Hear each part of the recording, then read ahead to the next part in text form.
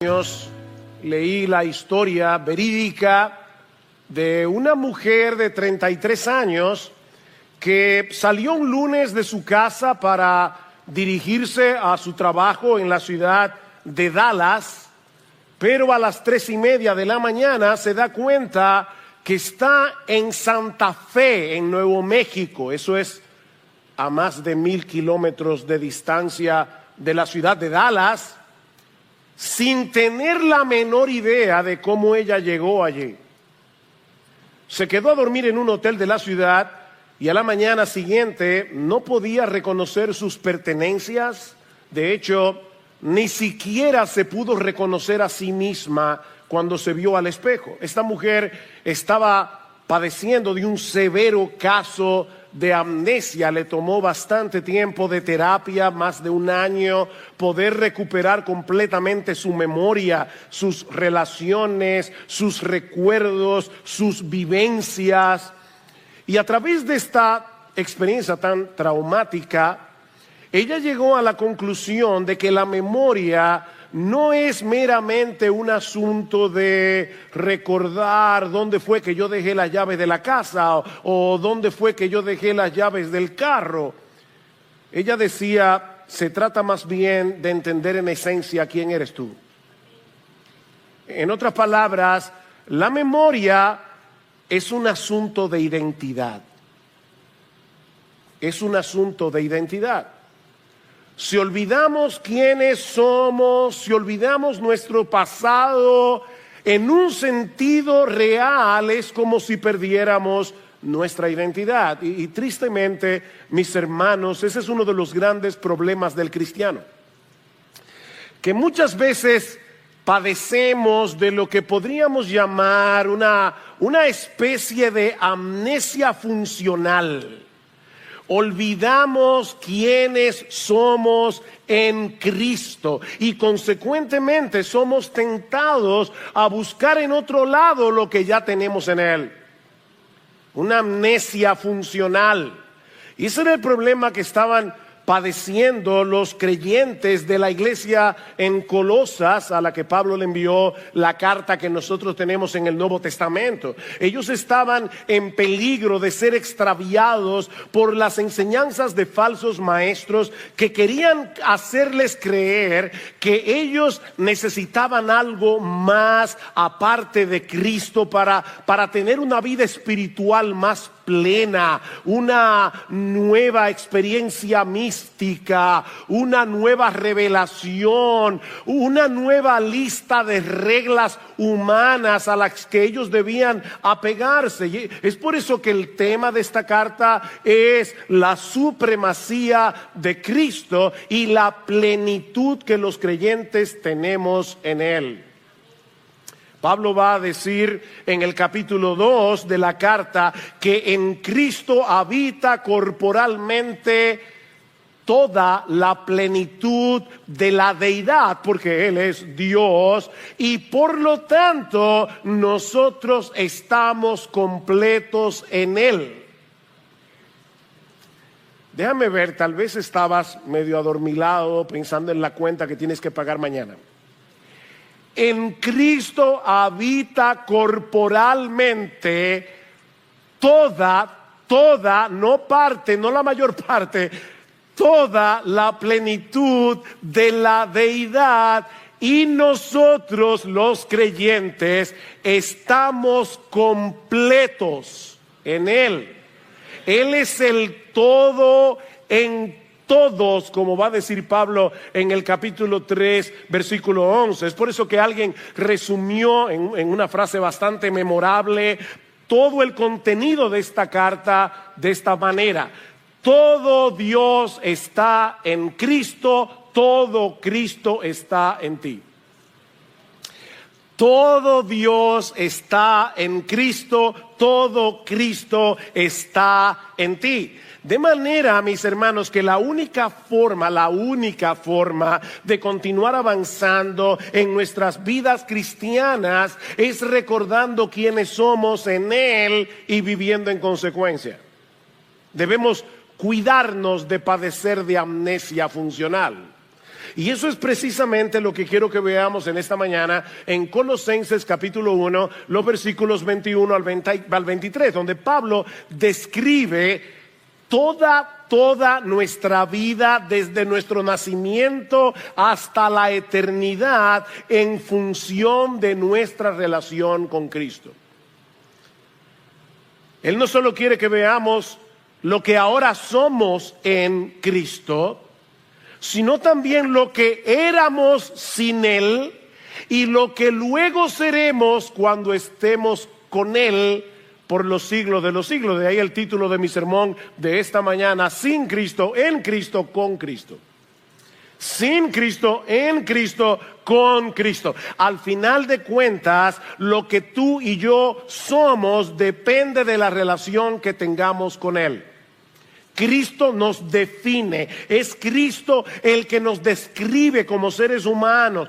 Tú eres lo que eres dependiendo del lugar que Cristo ocupa en tu vida. Veamos entonces, en primer lugar, nuestra anterior condición sin Cristo.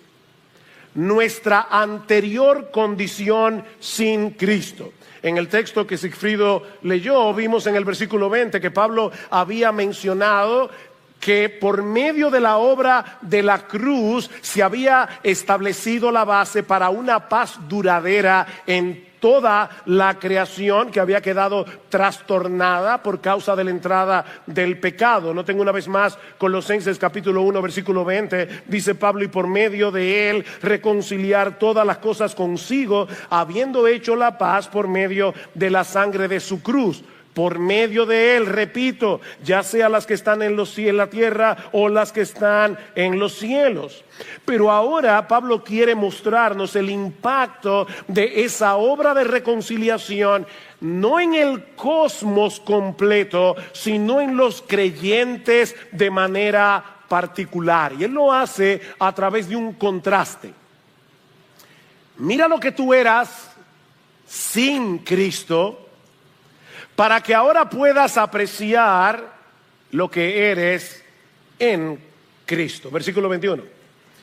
Y aunque vosotros antes estabais alejados y erais de ánimo hostil, ocupados en malas obras, sin embargo ahora Él os ha reconciliado.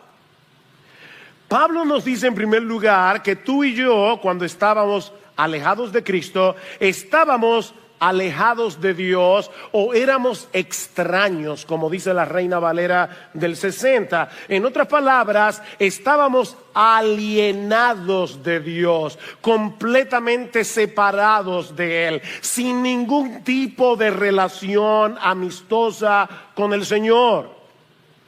Pablo describe esto de una forma para mí más dramática en Efesios capítulo 2, versículo 2. En aquel tiempo estabais sin Cristo. De aquí saqué la primera parte de mi título, de mi mensaje hoy. En aquel tiempo estabais sin Cristo, alejados de la ciudadanía de Israel, ajenos a los pactos de la promesa, sin esperanza y sin Dios en el mundo. ¿Se puede estar en una condición peor? Sin Cristo, sin Dios, sin esperanza en este mundo. El tipo de relación que tú y yo teníamos con Dios no era la de un hijo con su padre, era la de un culpable con su juez. Y mi amigo, si tú estás aquí sin Cristo en esta mañana, todavía continúas en esa condición. Continúas en esa condición. En lo que respecta a Dios y a su pueblo, eres un extranjero, completamente ajeno a todos los privilegios de la ciudadanía celestial. Tú no tienes derecho, mi amigo, no tienes derecho a apropiarte de ninguna de las promesas que Dios nos ha revelado en su palabra. El Salmo 23, que mucha gente ama, aún personas que no son cristianas, el Salmo 23 no es para ti. Tú no puedes decir, no tienes derecho a decir que Jehová es tu pastor. Tú no tienes derecho a decir que nada te faltará. El Salmo 90 no es para ti. Jehová no es tu refugio. Jehová no es tu fortaleza. Tú no tienes derecho a apropiarte de Romanos 8:28. A los que aman a Dios, todas las cosas les ayudan a bien. No, a ti todas las cosas no te ayudan a bien. Tú no tienes derecho. Es que tú estás ajeno a la vida de Dios. Tú eres un extranjero en lo que respecta a la ciudadanía celestial. Ahora, no olviden, hermanos, miembros de Iglesia Bíblica del Señor Jesucristo y cualquier otro creyente que se encuentre en este lugar, que la carta a los Colosenses no es un tratado evangelístico. Pablo le está diciendo eso a creyentes. O sea, Pablo quiere que tú y yo, creyentes en Cristo, no olvidemos lo que éramos sin Él. Cuidado de padecer amnesia funcional. Esa era la condición en la que todos nosotros estábamos antes de venir a Cristo en arrepentimiento y fe. Éramos extraños.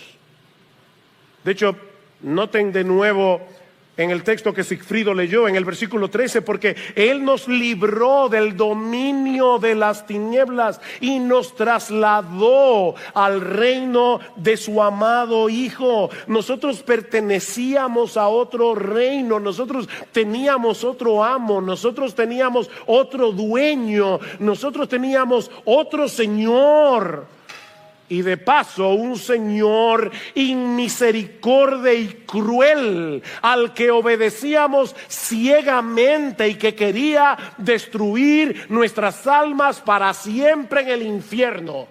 Ahí vivíamos tú y yo. Pero Pablo nos dice también que éramos de ánimo hostil. O como dice la Reina Valera del 60, éramos enemigos. Éramos enemigos. Yo sé que la mayoría de las personas en el mundo no se ven a sí mismas como enemigas de Dios. Porque esa hostilidad muchas veces se disfraza de cierto fervor religioso. El incrédulo no deja de ser espiritual a su manera. El incrédulo no deja de ser religioso. Él se ha creado una especie de Dios domesticado que se acomoda a su estilo de vida. Un ser supremo, un ser todopoderoso al que nosotros podemos acudir en tiempos de necesidad, pero que no nos condene por nuestro pecado. Y como ellos no tienen problemas con esa deidad que han fabricado en su imaginación, ellos no pueden aceptar que sean enemigos de Dios. Pero Pablo no está hablando aquí de un Dios imaginario.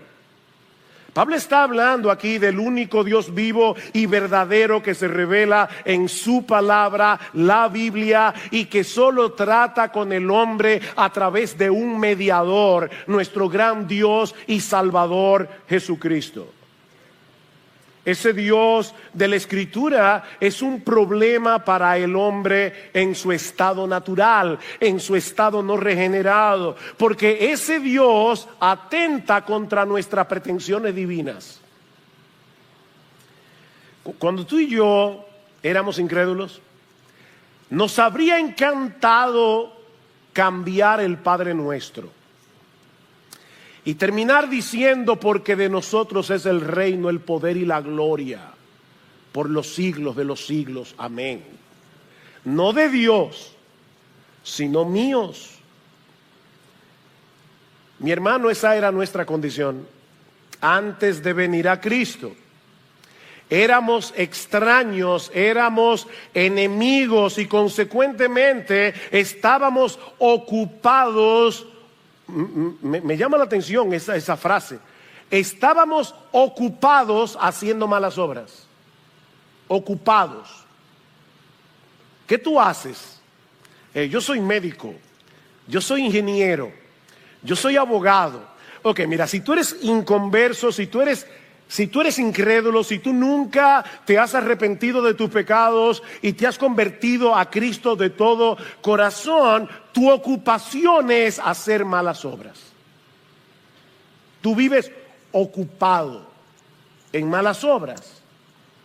Esa hostilidad que nosotros teníamos con Dios producía una vida de desobediencia y de rebeldía. Y déjenme decirles algo, mi amigo, si tú estás aquí en esta mañana sin Cristo, es importante que te haga esta aclaración. No hay que ser un asesino, no hay que ser un adúltero, no hay que ser un ladrón para caer en esta categoría. Un montón de personas decentes están incluidas ahí, porque lo que no se hace para la gloria de Dios, lo que no se hace en el marco de la voluntad revelada de Dios, es una mala obra en el mejor sentido de ese término.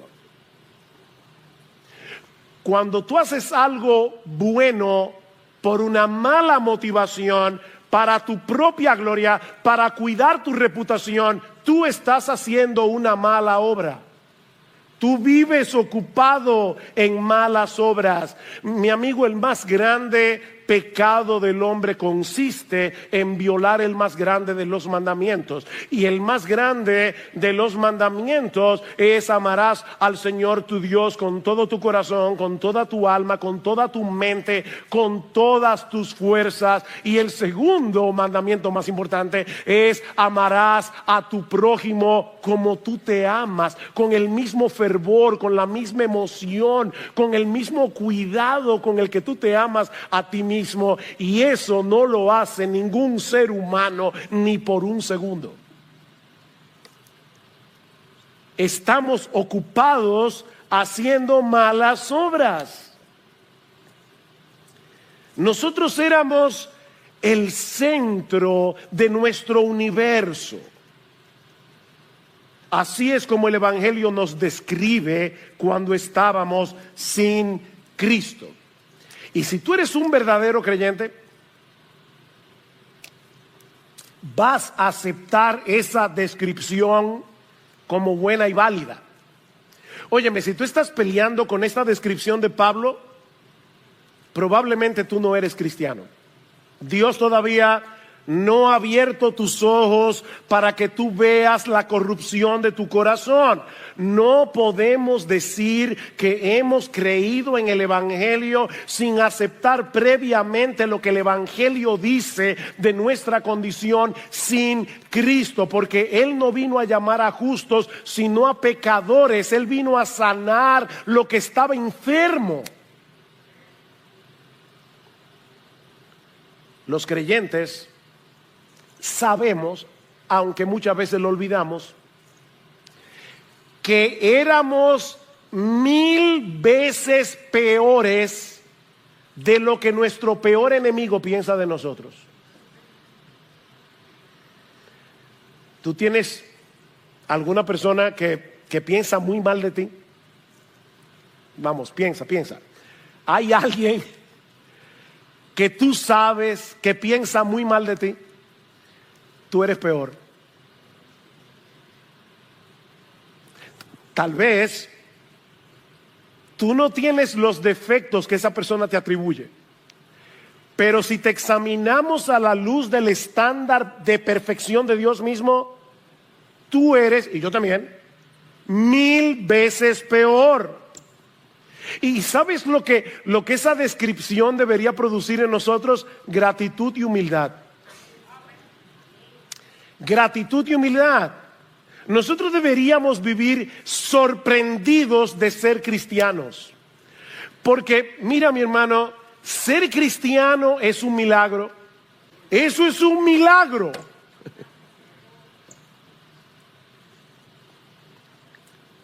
Lo que el Evangelio dice de nosotros debería producir una profunda y permanente gratitud, pero debería producir también una profunda y permanente humildad. Mansedumbre. ¿Tú sabes por qué nos ofendemos tan fácilmente? ¿Tú sabes por qué se nos hace tan difícil perdonar? ¿Tú sabes por qué tan fácilmente caemos en el descontento, caemos en la amargura? Porque en el fondo de nuestro corazón, nosotros creemos que merecemos algo mejor. Creemos que somos merecedores de una mejor vida. Pero el creyente que vive arraigado en el Evangelio nunca deja de asombrarse del inmensurable amor de Dios en Cristo. Ellos no se sienten merecedores de todo el bien que reciben de la mano de Dios y de los hombres. No somos merecedores. Yo creo que el secreto de Pablo estaba ahí. Pablo nunca olvidó que él había sido un perseguidor de la iglesia. Y es precisamente por eso que en las cartas de Pablo la gloria de Cristo resuma por todas partes. Es Cristo, Cristo, Cristo, Cristo. O sea, Pablo era cristocéntrico porque él sabía lo que él era. Ahora, esa terrible condición que Pablo describe aquí no tiene como propósito aplastarnos bajo el peso de nuestra miseria anterior. No, el propósito de Pablo es resaltar la gran obra de redención que Cristo llevó a cabo a nuestro favor en la cruz del Calvario. Y eso nos lleva a nuestro segundo encabezado. Ya vimos nuestra condición sin Cristo. Veamos ahora, en segundo lugar, nuestra nueva identidad en Cristo. Nuestra nueva identidad en Cristo. Dice Pablo, versículo 22, sin embargo, a pesar de todo lo que éramos, ahora Él os ha reconciliado en su cuerpo de carne mediante su muerte. Él os ha reconciliado. Necesitábamos ser reconciliados con Dios, pero como yo espero haber mostrado hasta este punto de mi mensaje, eso no era nada sencillo. Esa reconciliación era complicada. Por un lado, la justicia perfecta de Dios tenía que ser satisfecha, plenamente satisfecha. Pero por el otro lado, nosotros teníamos que ser transformados. Nuestra disposición de corazón hacia Dios tenía que ser cambiada. De hostilidad en admiración, de rebeldía a sumisión, de enemistad en amor. Y otra vez vuelvo a pensar en aquellas personas que dicen, no, solo lo que tú necesitas es, haz una decisión por Jesús. Óyeme que te lo voy a poner de esta manera. Para que un buitre escoja libremente comer semillas de girasol, su naturaleza buitresca tiene que ser cambiada. Hay que convertirlo en paloma. Hay que palomizar al buitre. Si es verdad que tú escogiste a Jesús, cuando tu naturaleza buitresca fue transformada, fue palomizada por el poder del Espíritu Santo y tú naciste de nuevo.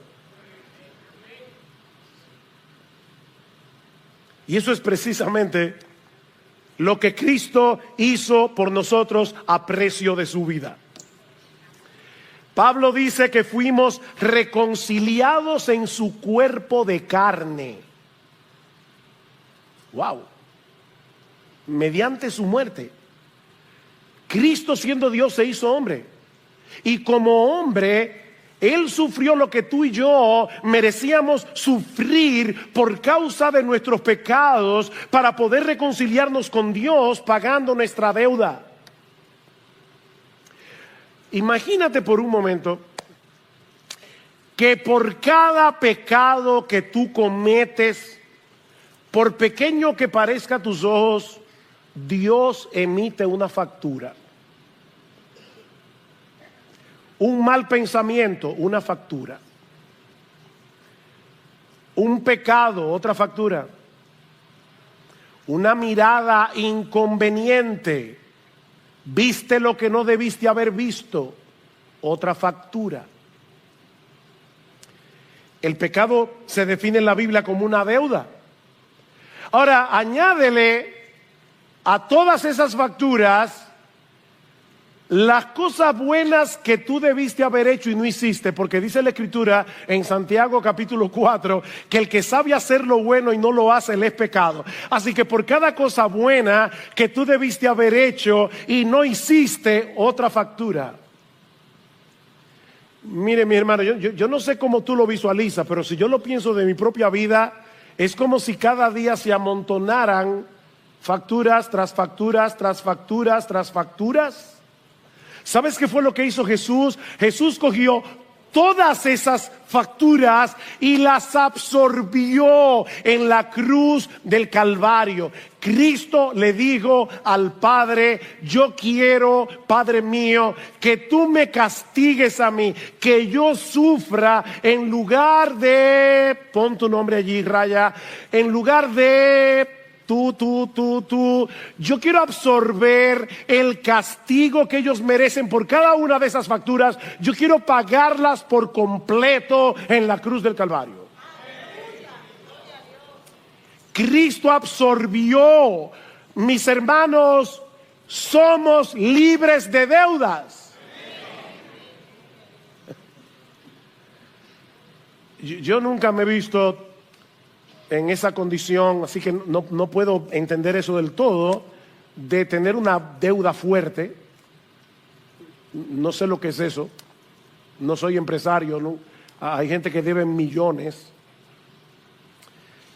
Pero yo imagino lo que debe ser tener una deuda enorme y que el banco te mande una carta diciendo: tu deuda fue saldada. 0. No debes nada. Ahora, lo más sorprendente de Jesús no es eso. Digo, ya eso es sorprendente. Pero hay algo más sorprendente. Si tú le debes al banco $2 millones y el banco paga tu deuda, tú no debes nada, pero en el banco tienes 0. Pero eso no es lo que hace Jesús.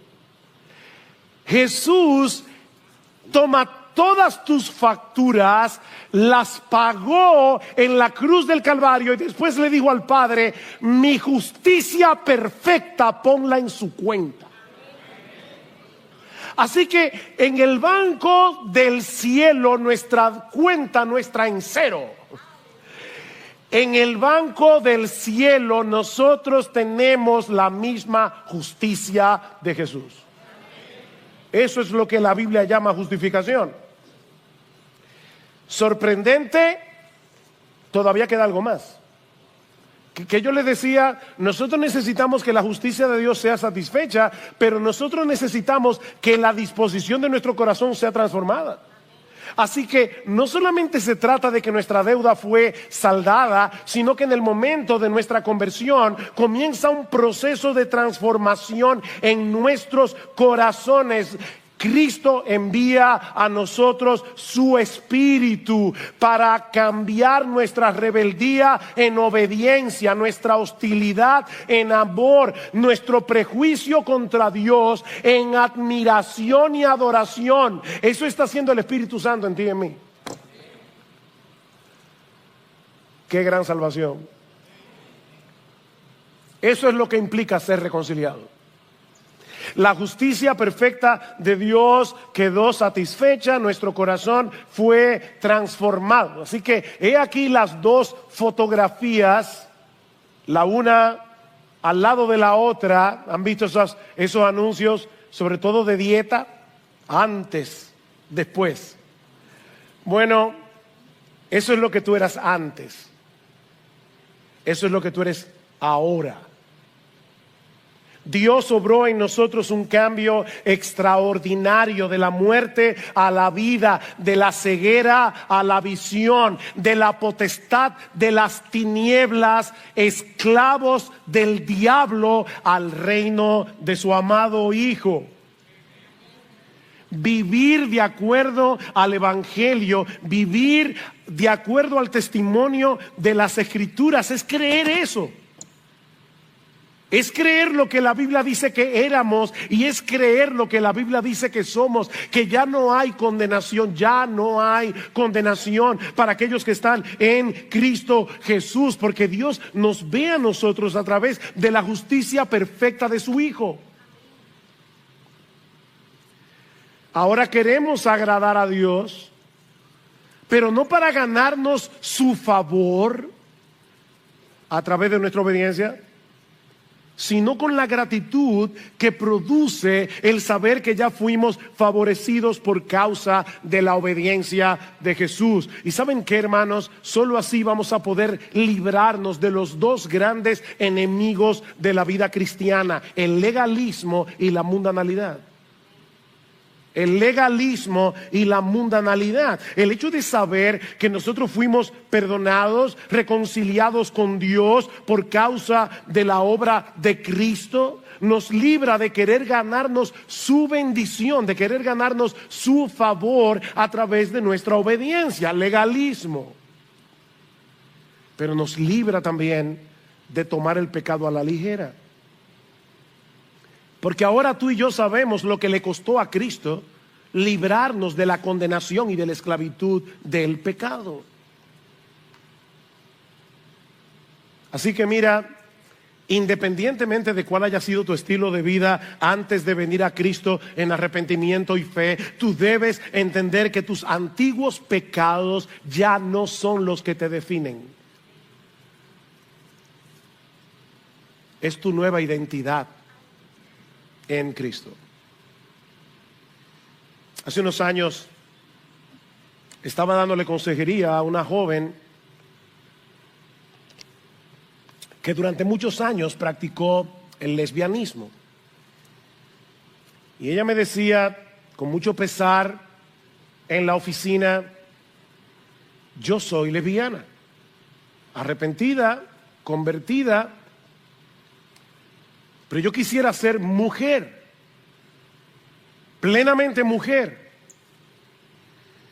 Y yo le decía a esta joven, primero le leí 1 Corintios, capítulo 1, versículos 6 al 9, donde Pablo menciona una extensa lista de pecados, pero luego dice: y esto erais algunos, erais pasado, mas ya habéis sido lavados, ya habéis sido justificados, ya habéis sido santificados en el nombre del Señor Jesucristo y por el Espíritu de nuestro Dios.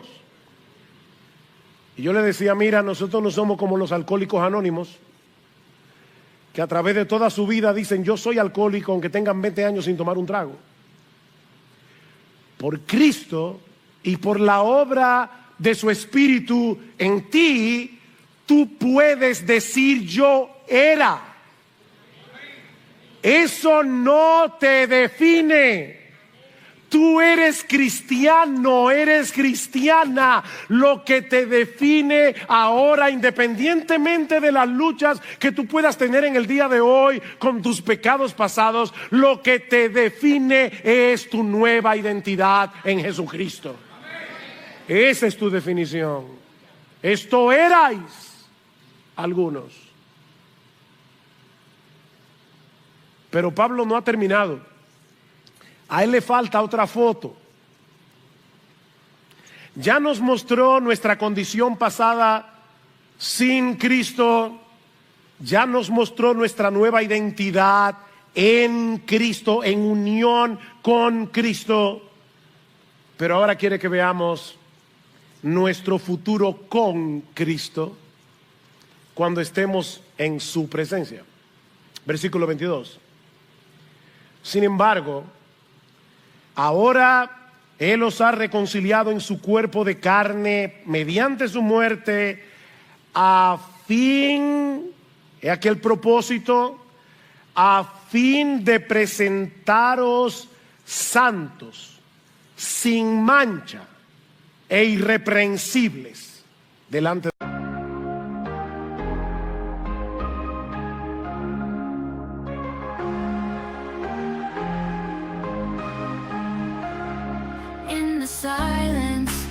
hear your voice, whispers of forever, a heartfelt choice. To love without limits, to give without shame. In your eyes my heart finds its flame. We'll chase the sunset, we'll dance in the rain. Our love will shine brighter with every heartbeat's pain. We'll rise above the noise, our love will be the light. In the darkest of nights, we'll find our way to the light. Lost in the moment, our love will ignite. Forever and always, we'll shine with all our might. In your loving arms, I find my peace of mind. With you my heart beats in perfect time. Your touch is my solace, my guiding star. With every kiss, my heart beats near and far. In your loving eyes, I see my future bright. With you, my love, I'll take flight. We'll chase the sunset, we'll dance in the rain. Our love will shine brighter with every heartbeat's pain. We'll rise above the noise, our love will be the light. In the darkest of nights, we'll find our way to the light. Lost in the moment, our love will ignite. Forever and always, we'll shine with all our might. In your loving arms, I find my peace of mind. With you my heart beats in perfect time. We'll weather every storm, we'll face every test. Our love will be the anchor that holds us best. Through the ups and downs, we'll stand as one. Forever and always, our love will have won. Lost in the moment, our love will ignite. Forever and always, we'll shine with all our might. In your loving arms, I find my peace of mind. With you, my heart beats in perfect time. In your loving eyes, I see our destiny. Forever and always, our love will be free. In your loving arms, I am home. With you, my heart beats, forever will roam.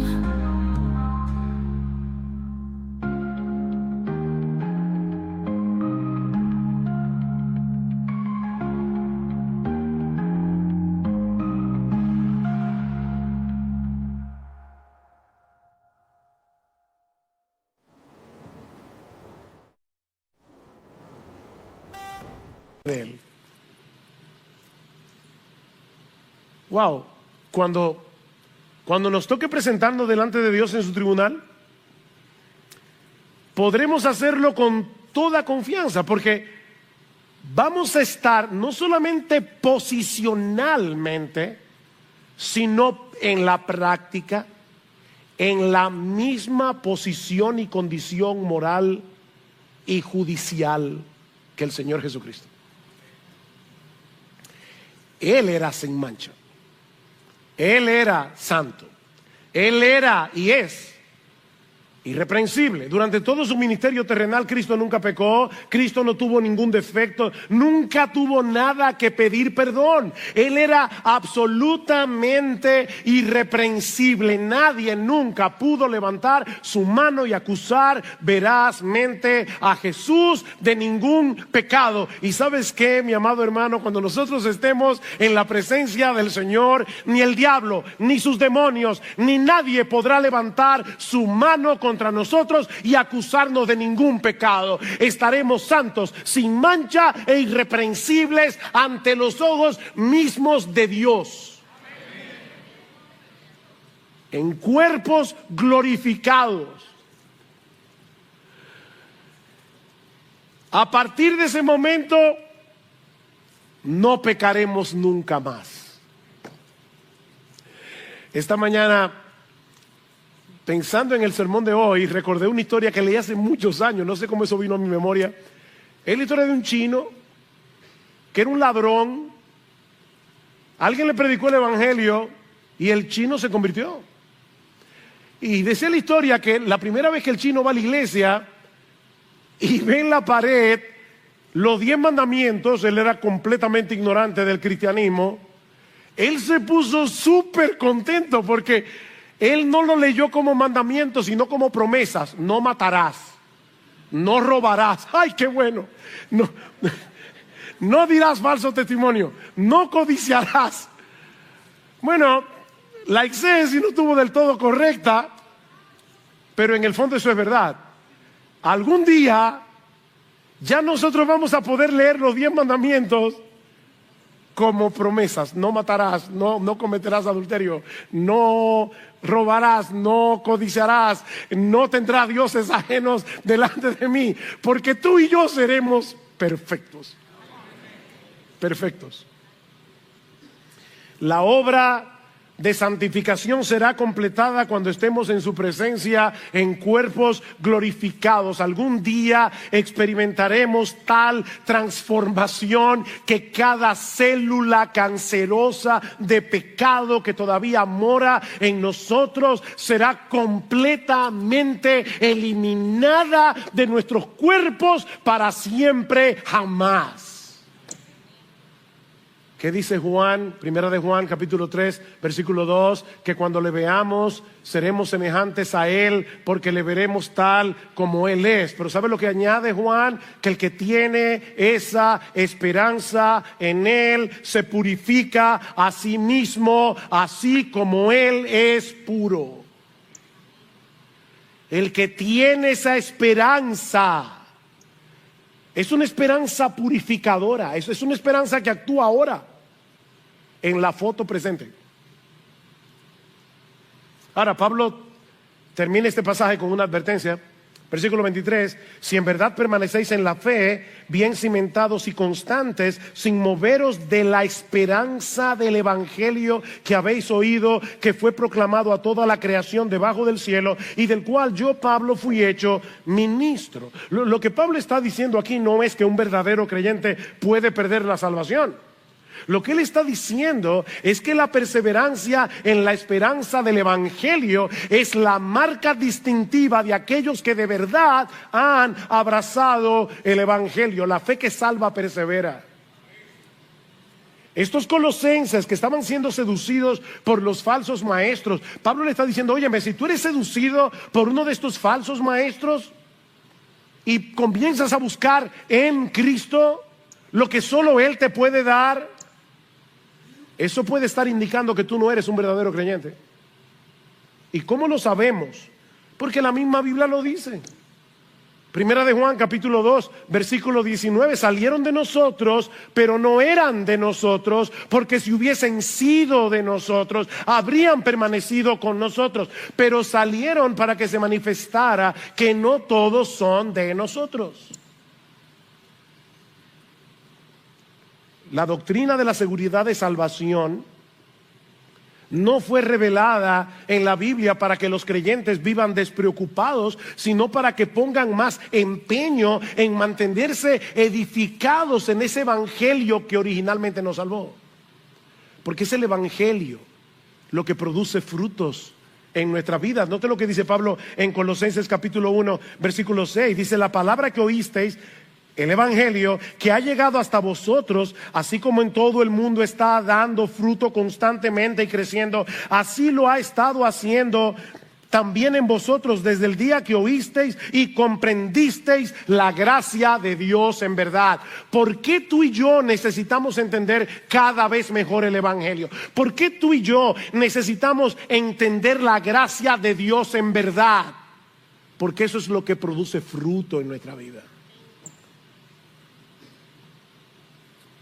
Vive tu vida aquí y ahora con los ojos puestos en la gloria que nos espera cuando estemos finalmente con Cristo en la presencia de Dios. Porque solo a través de esa esperanza, mi amado hermano, mi amada hermana, vas a poder mantenerte en la carrera independientemente de las circunstancias adversas que nosotros tengamos que enfrentar en esta vida.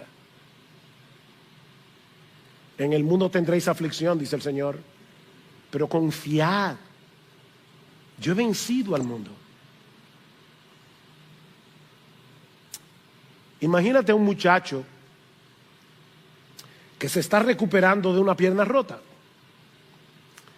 Y él está mirando los Juegos Olímpicos. Él es muy deportista, le encanta correr, saltar, jugar basquetbol, y él está ahí mirando con su pierna rota los Juegos Olímpicos. Le encanta ver a los atletas correr, saltar, y en su corazón él anhela poder hacerlo, pero no puede correr a esa velocidad, no puede saltar tan alto todavía. Su limitación física, su pierna rota, no se lo permite. Pero algún día esa pierna será sanada y él va a poder volver a la cancha otra vez. Bueno, mis hermanos, nosotros los creyentes deseamos de todo corazón obedecer a nuestro Señor.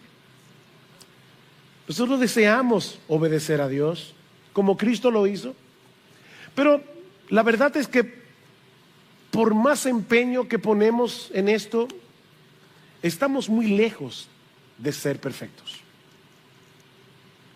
Estamos muy lejos de ser como Jesús, por causa del pecado que todavía mora en nosotros. Obedecemos, pero no perfectamente. Pero no por eso dejamos de esforzarnos en dependencia del Espíritu Santo, anhelando con esperanza aquel día cuando no nuestra pierna, no, el cuerpo entero roto sea sanado. Cuando Cristo en su venida transformará el cuerpo de la humillación nuestra para que sea semejante al cuerpo de la gloria suya. ¿Cuánto anhelamos que llegue ese día?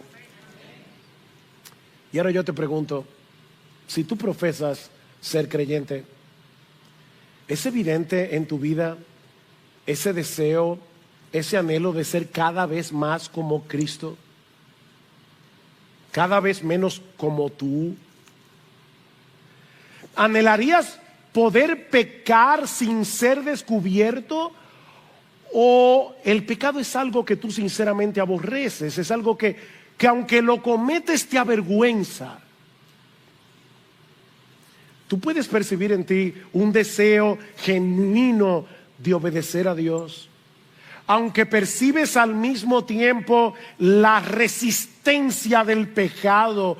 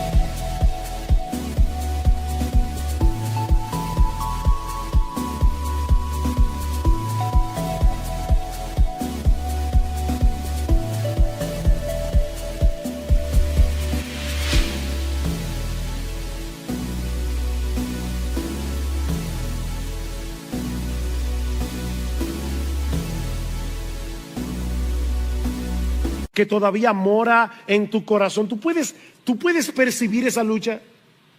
Bueno, si es así, dale gracias a Dios. De verdad, yo quisiera que en vez de aplastarte, le des gracias a Dios. Eso es una muestra de que tú eres cristiano. Eso es un indicio de que tú has sido regenerado, de que tú has nacido de nuevo, de que aunque el pecado mora en ti, ya no reina. Cristo reina, el Espíritu Santo mora en ti y te anhela celosamente.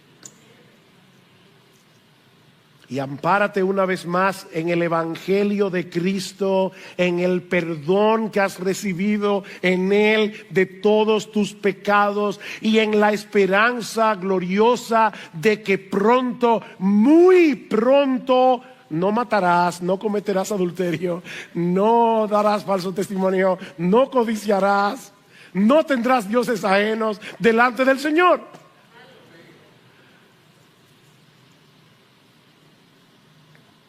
Pero si no es así, mi amigo, yo te invito en esta mañana a que vengas a Cristo en arrepentimiento y fe, con la disposición a divorciarte de tu vida de pecado, sabiendo de antemano que no vas a poder hacerlo en tus propias fuerzas, pero pidiéndole a Él que haga por ti lo que tú no puedes hacer por ti mismo. Conviérteme y seré convertido, oraba Jeremías. Oh, pídele al Señor que de pura gracia perdone todos tus pecados, que de pura gracia te conceda el don de la vida eterna en Cristo. Mi amigo, tú eres un esclavo que necesita libertad, un condenado que necesita perdón y absolución. Tú eres un enemigo que necesita reconciliación, y eso solo será posible si te acoges a la gracia de Dios en Cristo por medio de la fe. Esa es la buena noticia del Evangelio, que hay perdón y vida eterna en Cristo para todo aquel que cree. Quisiera concluir con las letras de un hermoso himno que resume todo lo que hemos dicho hoy en este mensaje. A creyentes y a incrédulos, pon tu mirada en Cristo. Los creyentes para su santificación, los incrédulos para su salvación. Pon tu mirada en Cristo, tan lleno de gracia y amor, y lo terrenal sin valor será a la luz del glorioso Señor. Pon tu mirada en el monte, en el Calvario. Verás su justicia y favor. En aquella cruz se entregó Jesús, nuestra deuda inmensa borró. Pon tu mirada en el día que Dios a Jesús levantó, y no temerás a la muerte nunca más, pues su vida eterna te dio. Pon tu mirada en los cielos. Jesús volverá por su Rey. Todos lo verán y confesarán toda gloria a Cristo el Rey. Cristo, mis ojos pongo en ti. Cristo, mi gloria y galardón. Te adoro, te anhelo, eterno Salvador. Oh Cristo, mis ojos pongo en ti. Oh, mi amigo, pon tus ojos en Cristo. Hoy, ahora, pon tus ojos